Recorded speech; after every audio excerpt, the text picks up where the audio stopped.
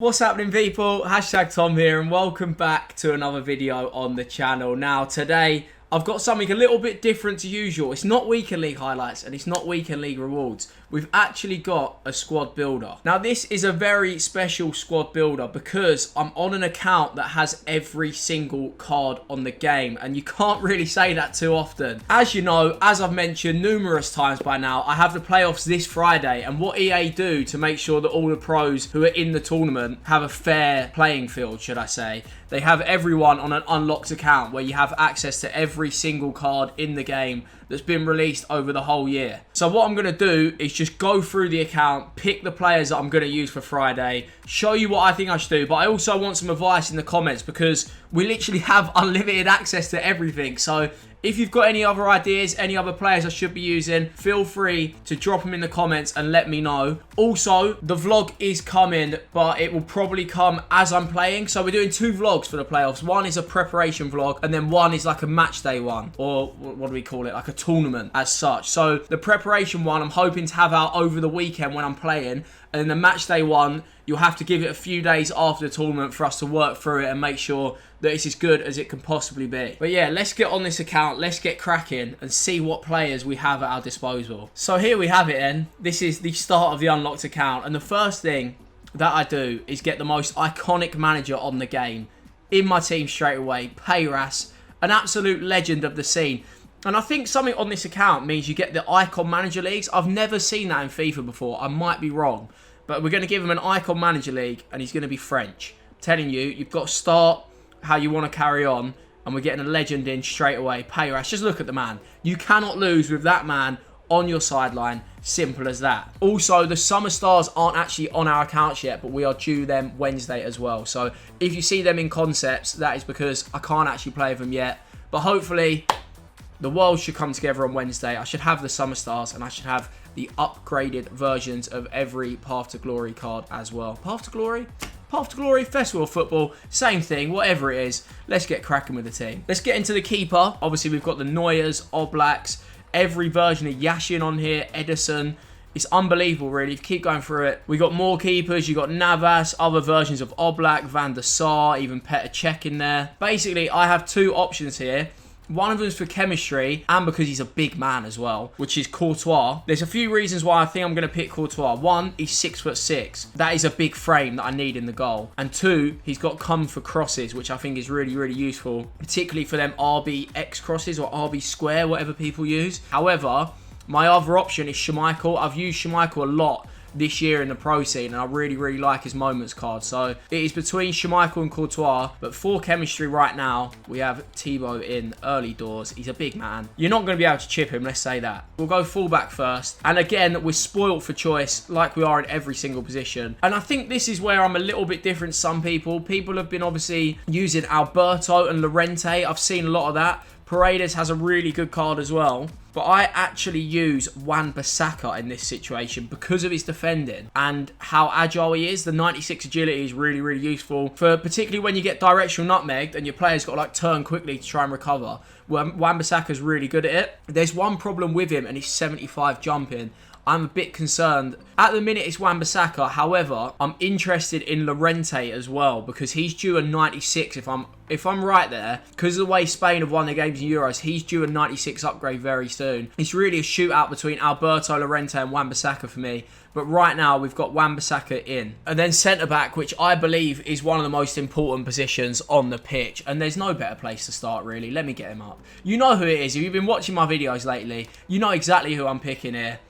It is the most iconic defender of probably the last 20 years. Sergio Ramos is in the building. I've already bigged him up enough in the previous vid. I remember I did a vid in Weekend League about him. I've been using him against pros. He is exactly as good as you'd expect him to be. He can do absolutely everything. You need to stick a catalyst on him to basically get him that pace boost, and then he'll be absolutely fine from there. Next to him, we're not actually going to put a centre-back. And don't worry, I'm not using fullbacks at centre-back. What we're using is a certain individual, and I can't even find his name because I can't remember what position I put him in.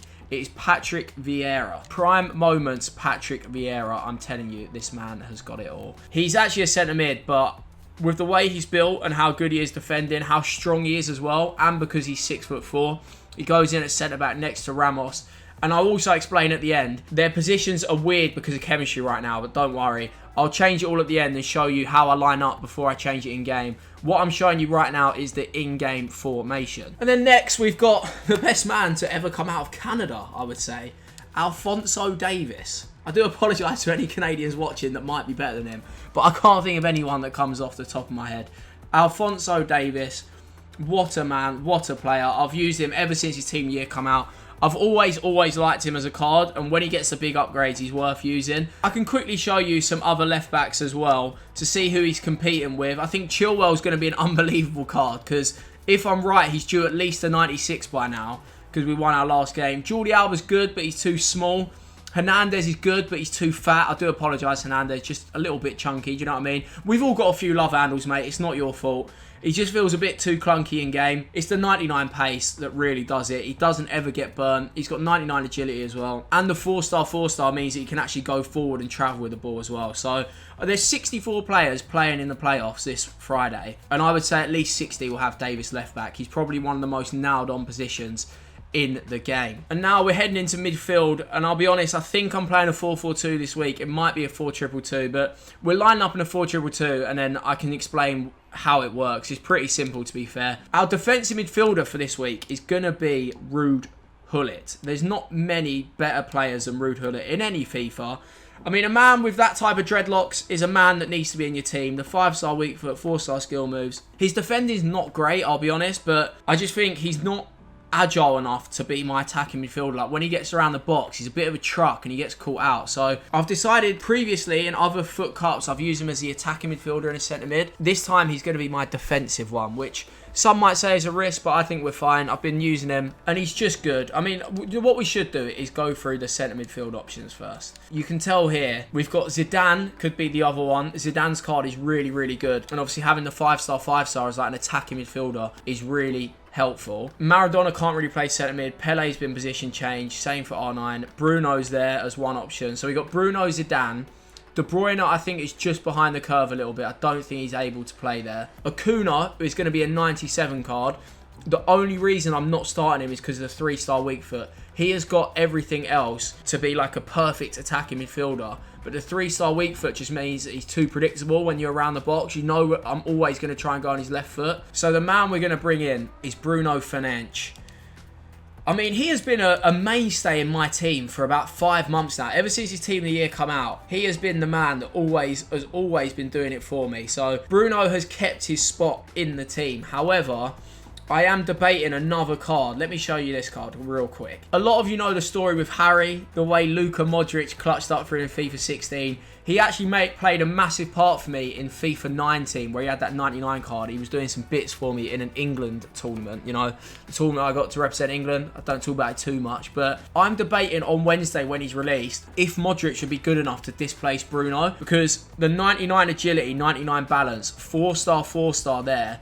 He's quick, he's got a great shot on him, his passing's unbelievable as well. And I know Modric plays really well in game. So right now Bruno's got the spot. However, Luka Modric could actually displace him depending on how good he feels when I get him on Wednesday. What's next on the agenda is our 2 wingers, and one of them straight away, although he had a very suspect miss for Tex the other day in his Xbox playoffs. And Babu battling away, gets down the line, cuts back, Neymar, chance! No! His team of the season is going to make the cut for me. Kylian Mbappe, you know how good he is. I don't need to go over players like that too much. I've got another this side as well. The other winger who'll be playing on the right early doors will be Peel, the man. His 99 moments card is absolutely ridiculous. But they're not good enough to play up front. Basically, there's 4 unbelievable attackers on this game, and the 2 that aren't good enough to go up front play out wide. We'll go to the strikers. I think you all know who I'm about to pick, but we'll do it anyway. Cristiano Ronaldo is going to be his Summer Stars. The second his Summer Stars comes out, he'll be going straight in the team. Right now I'm using his team of the year, I want to say, but the Summer Stars has been another improvement. He's finally got the 99 card. And then the other one, the most expensive card in the game. I think the hardest card to get hold of in the game as well. Moments R9. I don't need to say anything, do I? Come on, we know that front four is absolutely ridiculous. So yeah, that is how this team looks right now. It plays like this if I play 4-2-2. If not, it's 4-4-2 with them two out wide anyway. So yeah, we've got that team going on. All very, very good. So for the subs bench, I'm going to be going through the players and I'll pick the ones that I'm going to use. Zidane is the first because of the 5-star, 5-star. He could be a really... Basically, if I'm down in a game and I need to take off a midfielder, Zidane will come on because his 5-star, 5-star means that he can move in and out. You can use either foot. The skill moves might be able to break down a player. The next I'm going to put in is Firmino because I think he's going to be at least a 98 and he's very, very useful. However, Firmino could be on the reserves.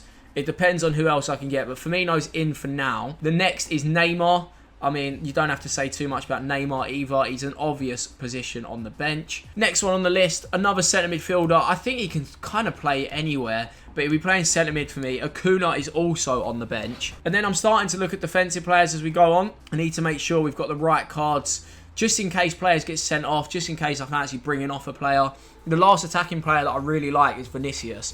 And Vinicius is going to be at least 96. So Vinicius will be in. And then finally, I'm going to put Maldini on the bench as well as sort of a defensive backup. So right now we've got Maldini, Acuna, Vinicius, Neymar, Firmino, Zidane and Modric. There's some honourable shout-outs I just want to go through really, really quickly that might still impact my bench. Llorente is the first, just because he might be 96 rated.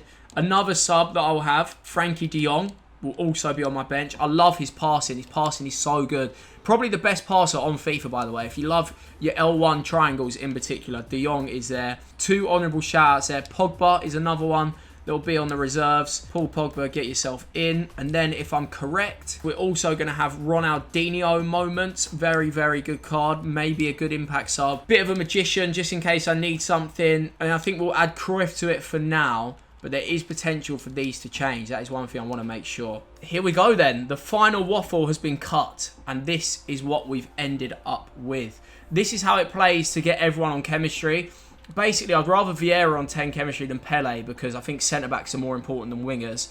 So it is Vieira at centre-back and then it's a 4-4-2 with Bruno and Hullet, Mbappe and Pele, R9 and CR7 up front. And on the bench, we've got all of these cards right now. I'm going to add a few more summer stars, I think. I'm really looking at Dumfries as well. There could be a world where Dumfries comes into this team because his card's a bit of a joke. Might even replace Wan-Bissaka for Llorente, depending on the upgrade. But yeah, as of today, the day before Wednesday, the day before the upgrades come out, this is the team I'm using. It's playing pretty well right now, but it is hard to score goals because all the defenders are so good. But yeah, what I want to know at the end of this video is if people would change anything or if you think I'm going with the right moves all around. Let me know if you've got any suggestions, any players that have just completely slipped my mind. I think I've managed to get all the best players together. I hope you all enjoyed watching the video. I'm going to get preparing for playoffs again. I do apologise for the lack of streams, lack of videos. I'm basically just trying to give myself the best chance possible so that I can make the top 8 of the playoffs and get to the World Cup. I think I want to round off the season as well as possible. Do everything that I can in my power to try and make sure that I'm ready for Friday, Saturday, Sunday if I get there. So yeah, the content might not be flowing this week, but there will be vlogs coming. This is where the video is going to end. I hope you all enjoyed watching it. And until next time, I will see you all very, very soon. Come on, England!